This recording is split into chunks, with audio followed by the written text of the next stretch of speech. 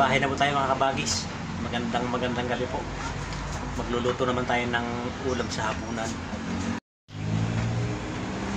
Ayan, meron po tayo ditong pagi. Lulutuin po natin ng lutong Quezon. Ang tawag po sa Quezon ito ay kinunot. Kinunot na pagi.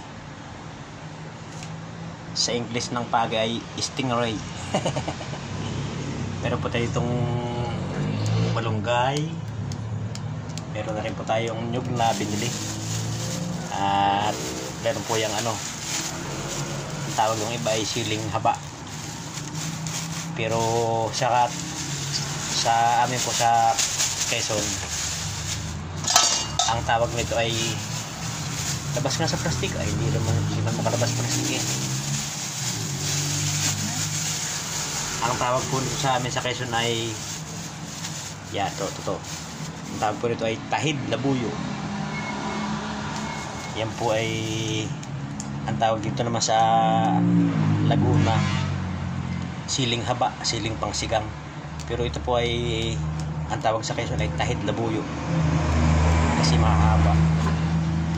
Ayun, abang-abang po mga kabagis at iluluto natin itong ating pagi. Ito po yung hihimay ko. Ngayon, hindi ko na muna ipakikita sa inyo paghihimay kasi mahirap paghimay ng isang kamay. Kailangan nating dalawahing kamay. Ayan, tapos na po nating himay-himayin yung ating ikukunot. Meron na po tayo ditong malunggay. Meron na po tayo ditong ano pang ating mga rekado, siling labuyo at saka siling pula. Yan. Tapos meron na rin po tayong ginata na nyug, sibuyas, bawang, luya. Yan po ang sangkap niyan. Atin lang po kukuloyin mga kabagis. Tapos ihuhulog natin yung ating hinimay. Ayan mga kabagis, kulong-kulo na po. Pero palalapot-laputin pa natin bago natin ilagay. Yun po namang ating iluto na eh. Ang lulutuin na natin mabuti itong gata. Yan po naman pagka nilagay natin yung ating hinimay na yun, paigahin natin yan. Ayan, ito na po. Ilagay na natin. Kasi po medyo nagugutom na ang tatay na Toksmoto. Ayaw bumuhos, parang ayaw siyang lumagay sa kumukulong gata. Takot siyang mahulog. Hirap po kasi mga kabagis, walang cameraman.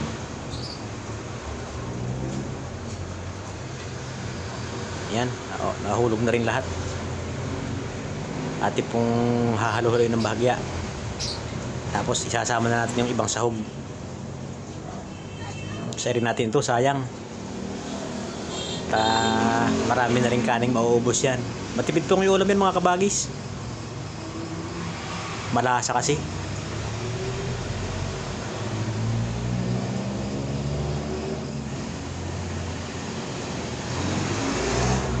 Konting halo. Sabi nga mikos-mikos na yan.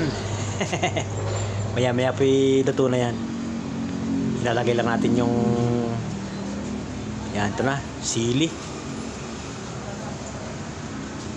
Para medyo mahanghang.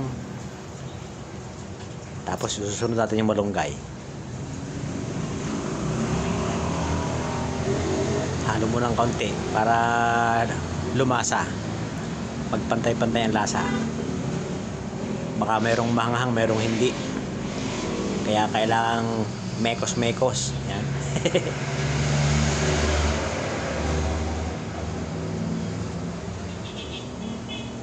Tayo po naman hindi professional na kusinero. Pero pagka pang sarili ay nakakapagluto naman tayo. Ibig sabihin hindi tayo magugutom kasi marunong tayo magluto.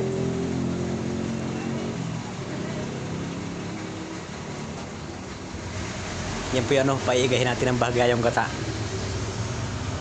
bago natin hanguin. Pero hindi natin kalilimutang ilagay yung ating malunggay. Masustansyang malunggay. Ayan. Ilagay na po natin ang malunggay. Ito na. Ayan. Haluin po muna natin ang bahagya para magmekos-mekos yan. Bago natin ilahat. Balik rin natin ang bahagya. Tapos tataktak ulit natin yung natitira. Yan pong malunggay na yung mga kabagis, sariling tanim din yan. Ilahat na natin ito para mas masarap.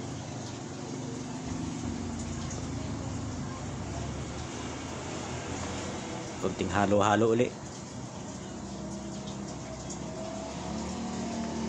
Yan po namang malunggay, mabilis maluto yan. Malapit na po nating hanguin mga kabagis kasi yung sabaw niya kakaunti na. Paigahin po natin yan ng igang-iga. Mas maganda nga po niyan mga kabagis yung nagmamantika na yung kanyang sabaw. Kaya lang po medyo medyo gutom na. Hindi na natin papapagmantikain.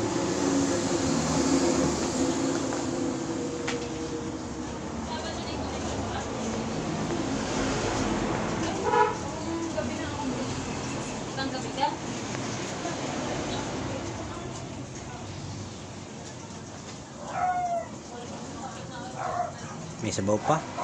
Marami pa sabaw. Kaunti pang tiyaga. At hindi pwedeng hanguin ng maraming sabaw.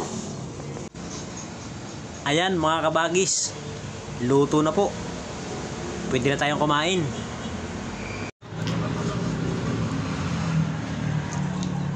Ayan mga kabagis, tayo po'y kumain na. Luto yung ating ulam.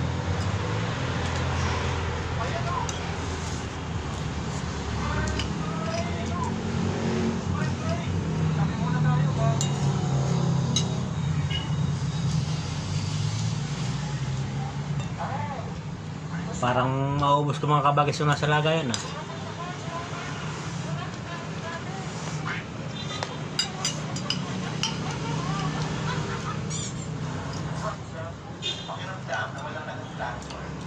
Try ko iba nito.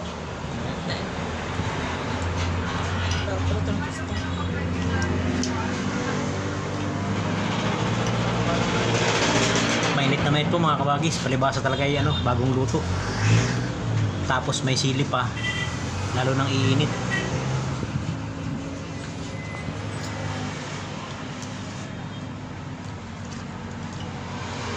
Naku,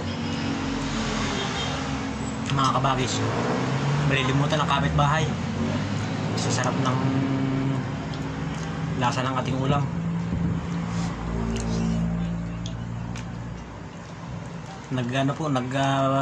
Panama yung ating inilagay na sili. Tamang-tama lang ang kanyang hanghang. Kahit bata pwedeng kumain.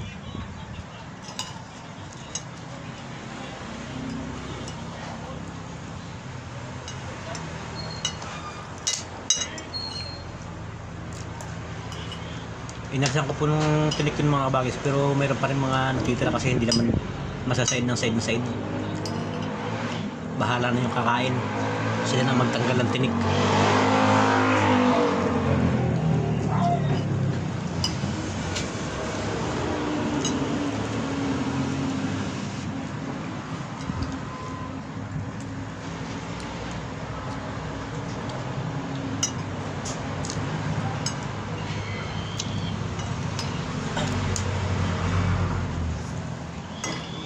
Ito po mga kabagis hanggang bukas. Mas masarap po ito hanggang bukas kasi bahaw na.